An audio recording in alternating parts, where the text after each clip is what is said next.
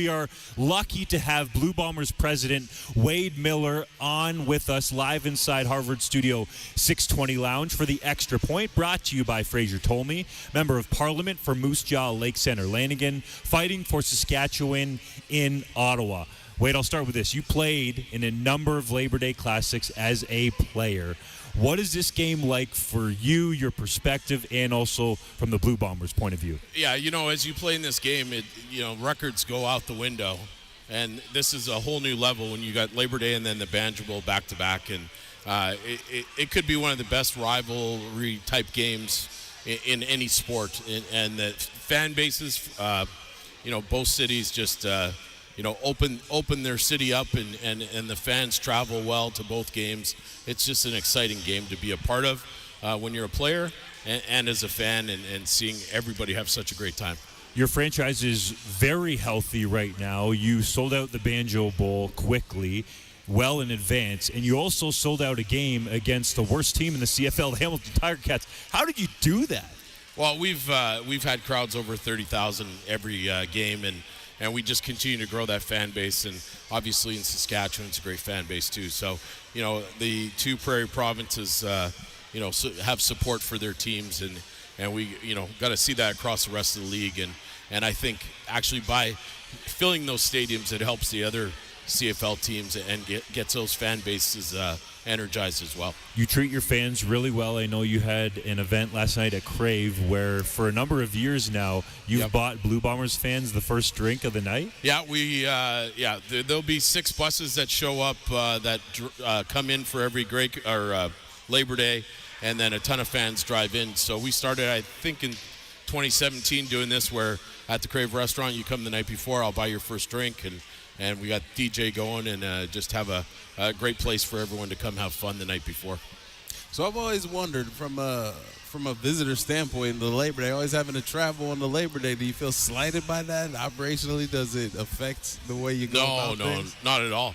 What was worse is when I played, there was going to be an Air Canada strike, so we ended up busing here. We bussed because there was going to be a strike. It's the only way to get here. Yeah, so we bussed, and then we bussed back. And then, then the football club realized you can save a lot of money on taking bus trips, right? I was going to say the Riders bust. Yes. Yeah. So we, I think until 2016, we used to bus back after the game, and we said no more. And worked with our local Calm Air, a great partner of ours, and charter in for both to and from, which is a big difference now. But I remember being on one of those buses and just outside of Brandon, we hit a deer on the way back. Man. So, but used to travel with Coach Ritchie and his wife Sharon would be on the bus. It was an interesting bus rides home sometimes. and you didn't win very many Labor Days. So, getting on a bus feeling sorry for yourself isn't a great thing to be doing. So. Do you remember winning a Labor Day Classic here and what that felt like? Yeah, we won a few, and, but again, records go out the window for these next 2 weeks, and it's just a great atmosphere, and as a player, you just love to play those big games, right? Oh, for sure. Wade, I know you sort of look at the league sometimes, too, from an overall perspective. It seems like it's arguably as healthy as it could be, the ownership across the league. Pierre-Carl Pelledo in Montreal, Amar Doman in BC, most recently the last 2 owners. Then you have Larry Thompson in Edmonton. But how do you view it? Because I know you're tied into this. Yeah, I think you're exactly right. The ownership across this league is fantastic. That game yesterday out on the island was phenomenal. What Amar is doing in BC is impressive to see. And they talk about, BC Lions football now. And you walk out there on a game day, and in downtown there's people wearing Lion jerseys, and it's really starting to come around. And then exactly in Montreal as well, that's headed in the right direction. Obviously they've got a great team on the field too, but so best group of owners that we've had in a long time, all committed and going in that same direction. I think being on CTV is going to be a big deal starting next week at the Banjo Bowl. I think that's great for the league as well. Having every Saturday for the rest of the fall on CTV is really going to open it up to other fans to get to watch the broadcast as well.